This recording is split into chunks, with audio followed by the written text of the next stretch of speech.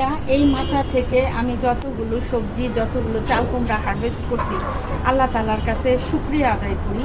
তো আজকে হচ্ছে এই মাচার শেষ মানে সর্বশেষ চাল কুমড়াটা হারভেস্ট করব, আর গাছটা তো উঠাই দিব। ঠিক আছে, গাছ আর রাখবো না, গাছটা উঠাই দিব, কারণ ড্রামগুলো যদি আমি খালি না করি শীতকালীন সবজি বসাতে পারবো না।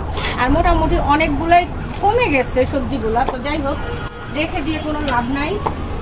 আমি আজকে বিসমিল্লাহ বলে এই চাল কুমড়াটাও কেটে দিব। এই যে এটাও কিন্তু সাদা মাছি একটা কামড় দিচ্ছিল, বিশ্বাস করবেন, এটাও একটা সাদা মাছি কামড় দিচ্ছিল।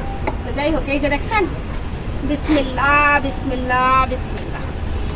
এই যে মাছকে সব মাটি গুঁড়া করে ফেলবো আমরা। মানে চাল কুমড়ার সাইজটা একটু ছোট হয়ে গেছে, এটা তো শেষ সিজনের চাল কুমড়া, সেই জন্য সাইজটা একটু ছোট হয়ে গেছে।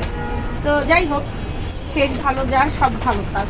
তো এখানে কয়েকটা বরবটি আছে, বরবটি গাছগুলো তো কেটে ফেলবো, তো শুধু শুধু রেখে লাভ নাই, কাইটা নিয়ে যাই, খাওয়া হয়ে যাবে। মানে কি বলবো, ইঁদুর বরবটিগুলোও ছাড়ে না, বুঝছেন, ইঁদুর বরবটিগুলোও ছাড়ে না, ওইগুলো টাইনা টাইনা খাওয়া ফেলে। আর কি কমু কষ্টের কথা, এই ইঁদুরের যন্ত্রণায় আমি কয়েকদিন পর পাগল হয়ে রাস্তায় যাবো। যাই হোক, যেহেতু চাল কুমড়া গাছটা কাইটা দিচ্ছি, এখান থেকে কয়েকটা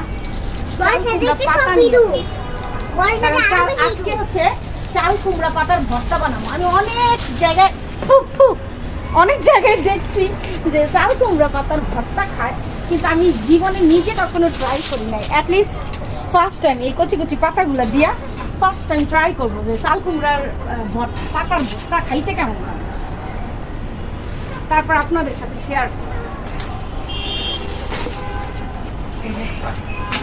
চাল কুমড়া গাছের হায়াত শেষ শেষ। আমার বাগানে আর কিন্তু চাল কুমড়া গাছ নাই, এই মাচায় তো নাই, ওই পাশের গুলো উঠাই ফেলছি কয়েকটা। এই যে ওই পাশে একটা চাল কুমড়া ইয়ে আছে, তাইটা দেই। ও একটা বাড়ি খাইলাম গো।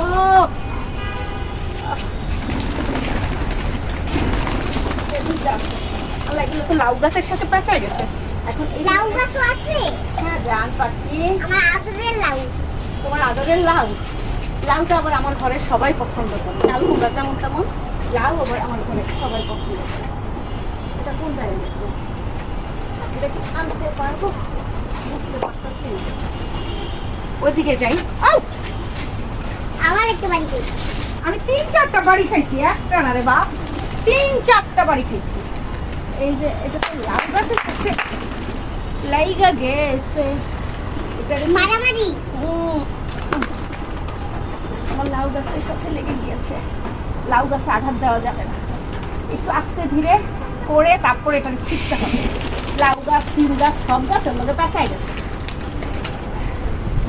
তবে আলহামদুলিল্লাহ যেই পরিমাণ ফলন ও দিছে, আলহামদুলিল্লাহ। ওই ওই বাবা সব মাটি আমরা গুঁড়ো করে ফেলবো। এই যে লাউ গাছটা কি হলো? ঠিক আছে, লাউ গাছটা ঠিক হয়ে গেছে। চাল কুমড়া গাছ উঠে দেখিয়া। আমি এবার বর্ষার আগে কোনো কেরালা গাছের সিম লাগাইনি, উচিত ছিল, যদি লাগাইতাম তাহলে কিন্তু এখন সিম উঠাইতে পারতাম। যাক, যেটা হয় নাই সেটা নেক্সট হবে। এই যে চাল কুমড়া পাতাও কতগুলো নিয়ে গেলাম। তো যাই হোক, আলহামদুলিল্লাহ। আজকে চিন্তা করছিলাম কচুর লতি কচু শাক নিব, এত কিছুর ভিতরে আর দরকার নাই, আলহামদুলিল্লাহ।